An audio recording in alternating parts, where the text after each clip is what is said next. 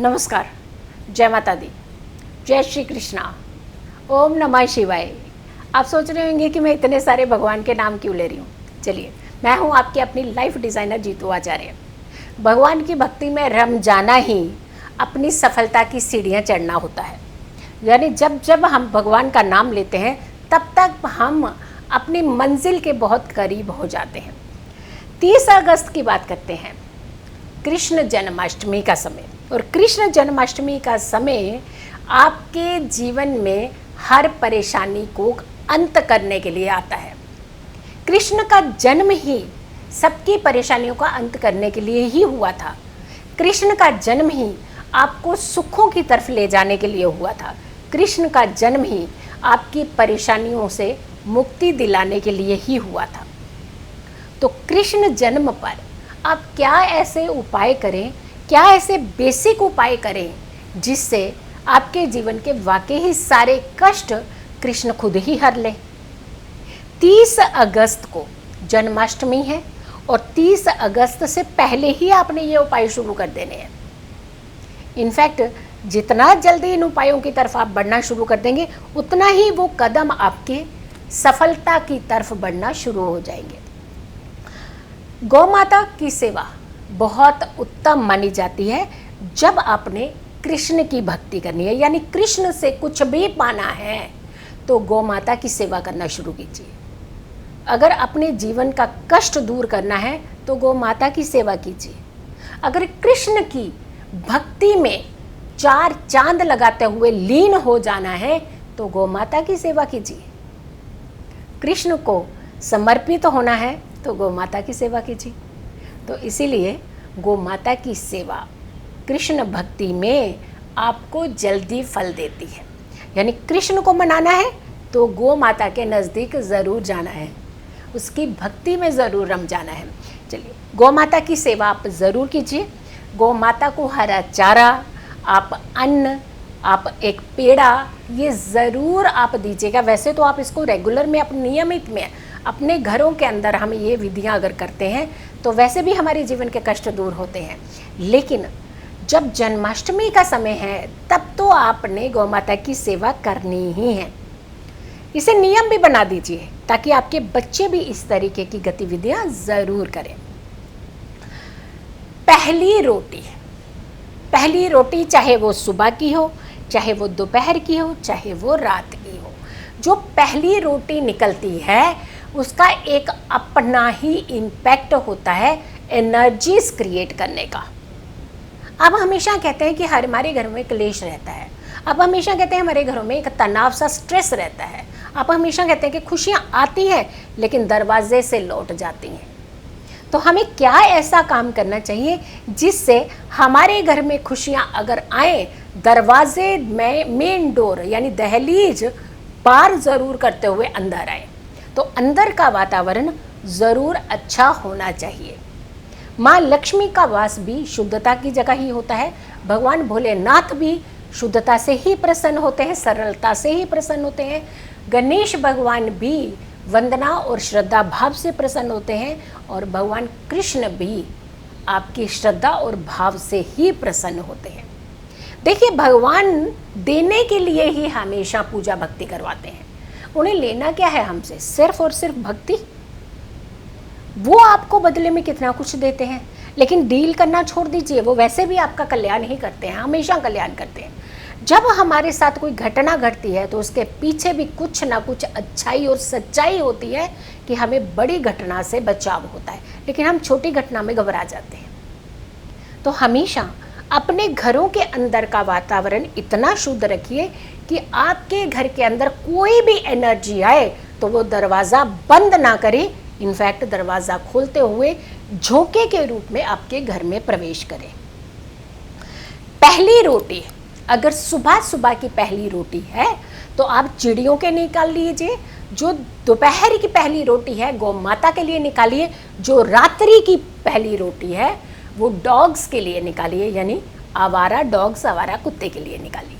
अब कुत्ते की बात करते हैं तो ये कहते हैं कि नहीं जी, हमें तो काले रंग का ही कुत्ता होना चाहिए, भाई सफ़ेद तो सारे भूखे रह जाएंगे। गौ माता चाहिए तो उनको सफ़ेद रंग की ही चाहिए, बाकी भूरे रंग की क्यों नहीं। देखिए गौ माता तो गौ माता है, तो आपने अपनी भक्ति करनी है, आपने रंग और भेदभाव नहीं करने जाना है वहाँ पे। जब आप स्वार्थी हो जाते हैं ना किसी चीज़ को लेकर के, तो वहाँ फल से दूर हो जाते हैं हम। तो इसीलिए आपने गौ माता के लिए दोपहर की रोटी जो है, पहली रोटी आपने गौ माता के लिए निकालनी है। आपके घर का वातावरण बहुत अच्छा रहेगा, आपके घर के अंदर की तकलीफें सब खत्म होना शुरू हो जाएंगी। अगला उपाय, गुड़। आपने गुड़ और एक छोटा सा पेड़ा बनाना है, उसमें छोटी सी गुड़ की ढेली रखनी है और 30 अगस्त को जन्माष्टमी के दिन गौ माता को ज़रूर खिलाना है। एक पेड़ा नहीं, आप 2, 3, 4 भी खिला सकते हैं, लेकिन कम से कम एक पेड़ा आपने ज़रूर खिलाना।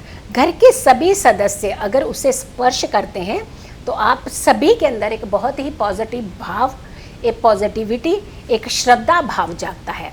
तो ये उपाय भी आपने ज़रूर करना है और इस उपाय से आपके घर के अंदर कष्ट भी दूर होंगे, परेशानियां दूर होंगी, बीमारियां दूर होंगी, तकलीफ़ें दूर होंगी, आपको पुण्य कर्मों का फल मिलेगा। अनजाने में कोई भूल हुई है, चूक हुई है, किसी को सताया है, उन सब दोष से आपको मुक्ति मिलती है।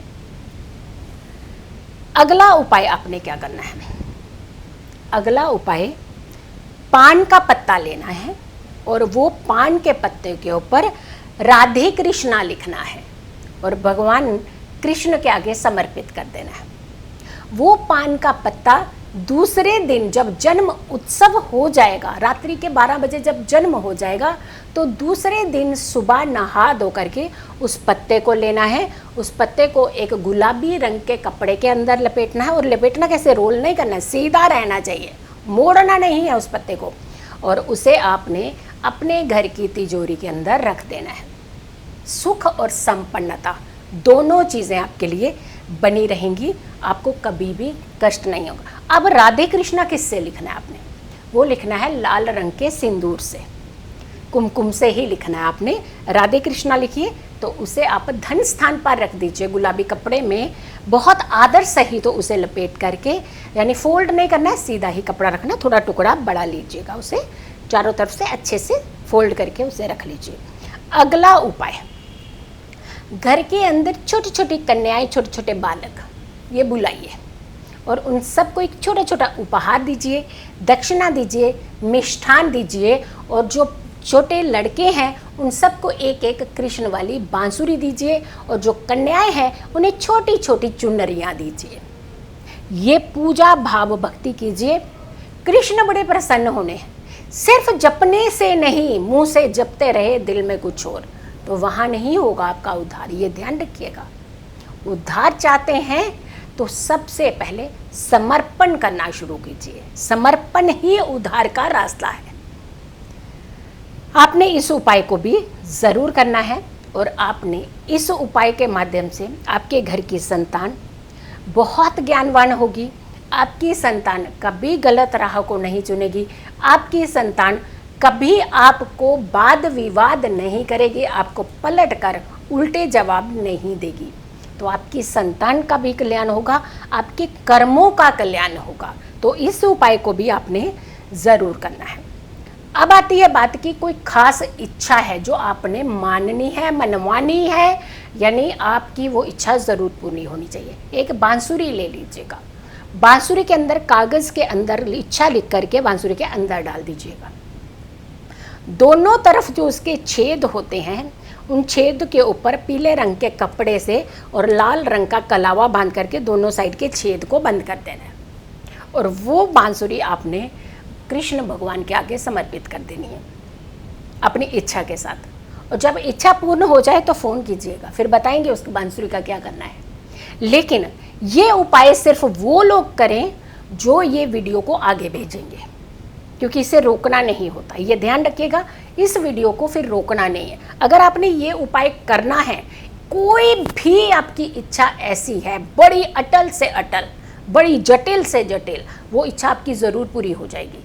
लेकिन इसका एक ही तरीका है कि इसे रोकना नहीं है, इसे आगे स्प्रेड करना है। जितना आगे बढ़ाएंगे, जितनी चेन आगे जाएगी, सोचिए इतनी जल्दी आपकी ये इच्छा पूर्ण होगी। तो इस वीडियो को आपने बहुत सारे लोगों तक स्प्रेड कर दीजिए। एटलीस्ट 11-11 लोगों को कहते हैं कि बंच भेजना होता है, 11 लोगों तक ये वीडियो ज़रूर जानी चाहिए।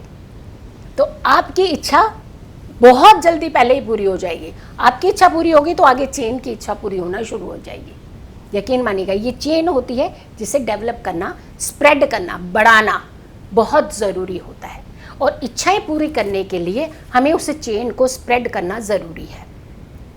अगर आपने इस उपाय को करना है तो आपने आगे चेन को डेवलप करना ज़रूरी है। ज़रूरी आप इसको स्प्रेड कीजिएगा वीडियो को।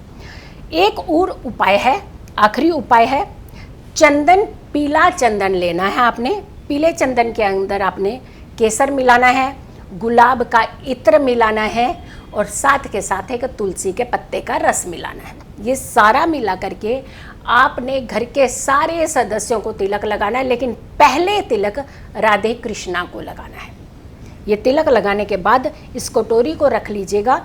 पूरे घर में 6 दिन तक लगातार, षष्ठी तक आपने ये तिलक लगाना है। ये ध्यान रखिएगा, ये उपाय आपको ज़रूर करना है। इससे आपका ऑरा पॉजिटिव होगा, इससे आपकी नेगेटिविटी दूर होगी, इससे आपके नेगेटिव थॉट्स दूर होंगे, इससे आपके अंदर एक बड़ी पॉजिटिविटी आएगी, इससे आपके काम के रास्ते खुलेंगे, इससे आपको कोई भी ज़िंदगी में रुकावट जो है वो रोक नहीं पाएगी। आपकी ज़िंदगी में खुशियाँ बरकरार होती चली जाएंगी। तो आपने इस तिलक को डेली अपने घर के सभी सदस्यों को ज़रूर लगाना है। भगवान कृष्ण की लीला में रम जाना है। भगवान कृष्ण के मंत्रों का जाप करना है। जितना मंत्र का जाप कर सकते हैं सुबह से लेकर के रात तक जाप कीजिए।